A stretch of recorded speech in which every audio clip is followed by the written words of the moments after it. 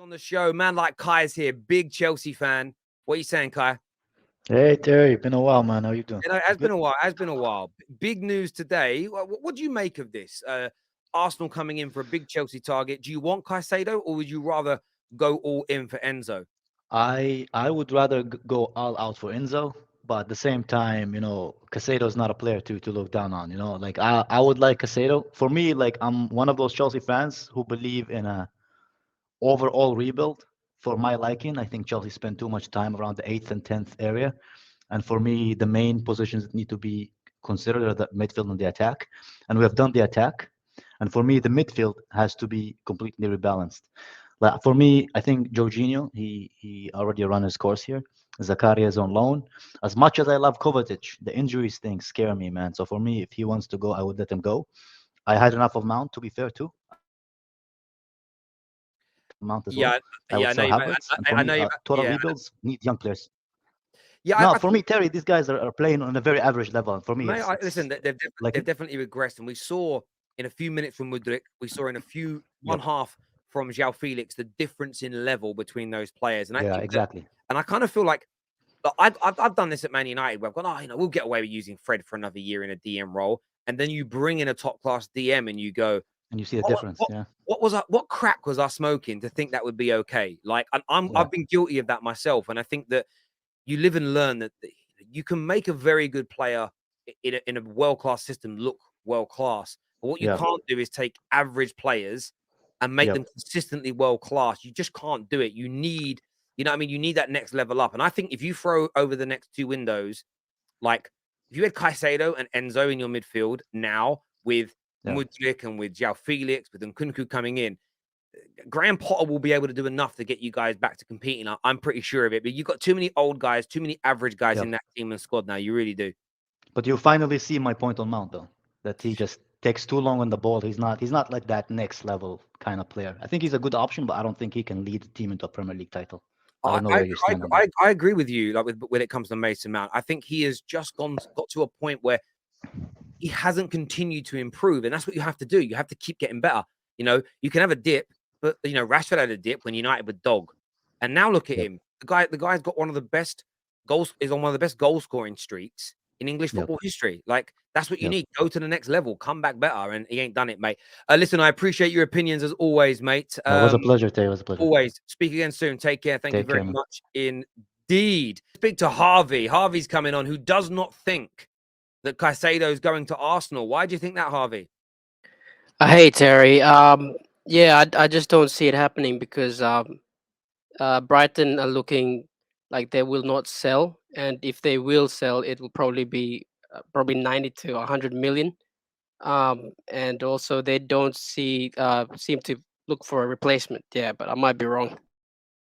They are looking at a replacement in one of the players they've looked at is Hadara. So that there are some players that they've looked at.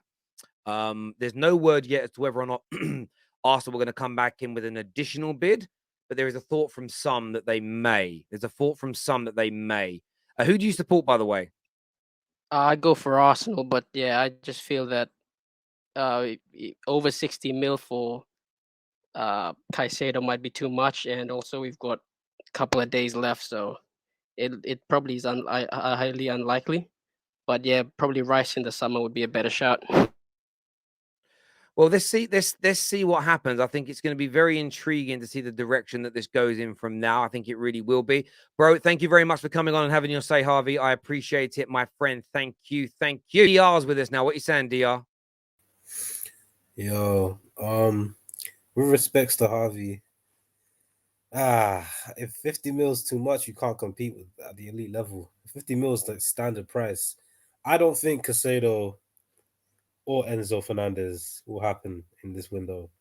Okay. Benfica, Brighton, well, Terry, these football clubs, they have pride. They have pride. They are not going to just ruin what they have got going on. I think for Benfica's case, the way you've got a superstar midfielder after a insane World Cup campaign that you've worked hard to find in Argentina, and then you're having a good Champions League campaign, and he's a key crux to your team. To just let him go even for a large amount of money, it's not really. It just makes you look a bit weak compared to everyone else. I don't see that happening. I would prefer as a Chelsea fan Enzo because I just see Enzo as a more of a smarter sort of more physically capable Jorginho. Like he can find Yeah. that pass. He can maintain play, he can keep the ball, he won't get out muscled too easily. I was surprised with that World Cup campaign. I didn't think he was that good, but he is pretty decent. And I think what we need to focus on as Chelsea is keying in that right back replacement. We were in for Gusto from Leon, but we need to get that done like Well, immediately. I think what would be concerning for me is that after all the money that's been spent, if you don't end up improving that midfield or bringing in a younger, fitter replacement for Reece James, I'm not saying it's a bad window, but it's like they are key in the here and now, and they haven't been addressed yet. So it's going to be interesting to see what happens in relation to that. So equally, though, the amortization rule is going to change, we believe, in the summer. It So will, yeah. I don't know whether that's the beginning of the window or the end of the window. So if it's at the beginning of the window, I expect Chelsea to go, right, let's just spend now and make those long contracts because we can't do them in the summer. So expect more. That would be the saving grace. It's like you're better off doing it now than waiting. I don't understand why rivals are so bothered by it. Like you're also rich. Spend the money. You guys have billionaire owners. Spend the money.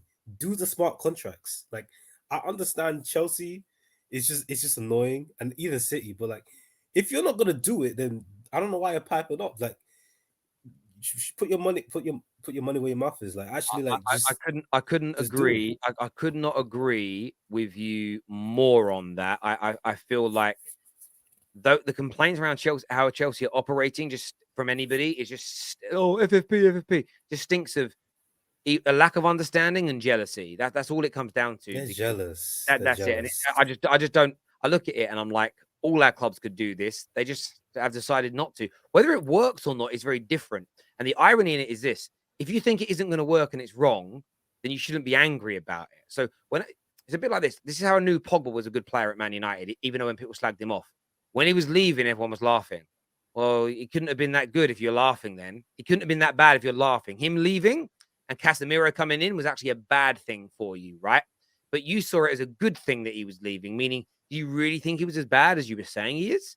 Do you get where I'm coming from? And that's the thing. Pogba was a good player, and I was Ole so Gunnar Solskjaer being happy. sacked was a bad thing Yes. for rivals, not a good thing. And they made that very clear. They did not want him to be sacked. So the fact that some rivals are angry at the way Chelsea are spending tells you they're worried about it.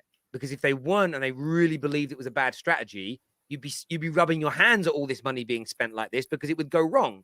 It doesn't make sense to say it's bad, but be angry at it. I don't get it myself. DR, listen, my guy, thank you for coming on and having your say. I really appreciate it.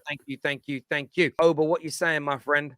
Yeah, what's up, Terry? How you doing? Yeah, I'm good. Chelsea looking like they might be hijacked here by Arsenal for Moises Caicedo. What you saying? Man, I don't know. We're not being hijacked. Like, I don't even think we really want Caicedo that much. I think we're more so Enzo. Like, he's been the main target this whole January. So, yeah, they could take him. You know, I'm not too worried. You're not too worried about losing him. You don't think he's? I mean, it's going to improve a rival massively. You're not worried about that. No, it's good for Arsenal, but like, he was just worth $4 million like last year, right? And he's had a good season. But if we being honest, I feel like you could find a player like him a lot easier than Enzo.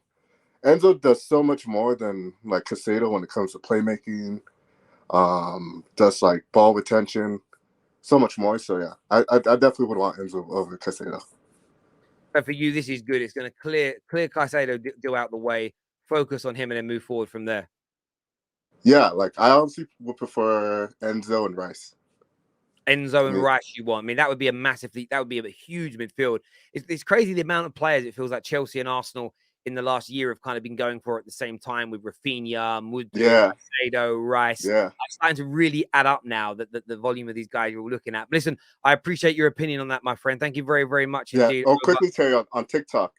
Yes. Because you said you're not worried about like your privacy, and like I understand like that point, but the issue isn't really that. It's more so like how that could be manipulated to like make you do to do certain tendencies. So for example, like, and this is like kind of a like within, let's say within your relationships, right? If they are able to monitor and know everything you're doing, and then they can identify within your relationships points where like there's friction, things that cause arguments and stuff like that, that then cause you to go like do certain behaviors, like spend more money, or maybe have your partner go spend more money.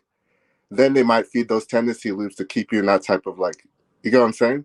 I hear you. I hear you. The problem for me is I'm such a free thinker. I just don't operate like that.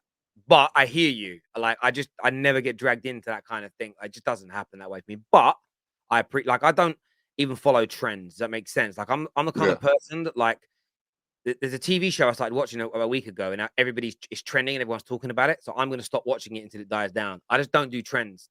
That's my thing. So I just don't. I'm just weird like that. Listen, my guy, I appreciate you coming on and having your say. Top man. Thank you. Speak to you soon.